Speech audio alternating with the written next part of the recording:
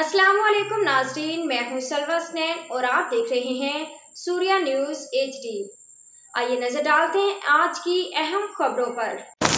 Karachi report Rizwan Ahmad. Karachi के इलाके गुलशन हदीद में गैर कानूनी तजावुजात के खिलाफ चीफ सेक्रेटरी और कमिश्नर कराची की हिदायत पर ऑपरेशन गैर कानूनी तामीरात, ठेले, बैनर्स और दीगर चीजें हटाई गई। तफसीलात के मुताबिक चीफ सेक्रेटरी और कमिश्नर कराची की खुसूसी हिदायत पर असिस्टेंट कमिश्नर बिन कासिम, खालिद मारूफ और tax superintendent and encroachment in charge Kifayatullah Jatoi की निगरानी में गुलशन हदीद में गैर कानूनी तजावुजात के खिलाफ ऑपरेशन जारी है। इस सिलसिले में असिस्टेंट कमिश्नर बिन कासिम, खालिद मारूफ और tax superintendent and encroachment in charge Kifayatullah Jatoi ने मीडिया से बातचीत करते हुए कहा कि मुख्तलिफ गैर कानूनी तामीरात दुकानों के सामने ठेले लगाए गए, गैर कानूनी बैनर्स और दीगर चीजें हटाई गई। ऑपरेशन के दौरान मुजाहमत करने वाले अनासिर के खिलाफ भी कार्रवाई अमल में लाई गई।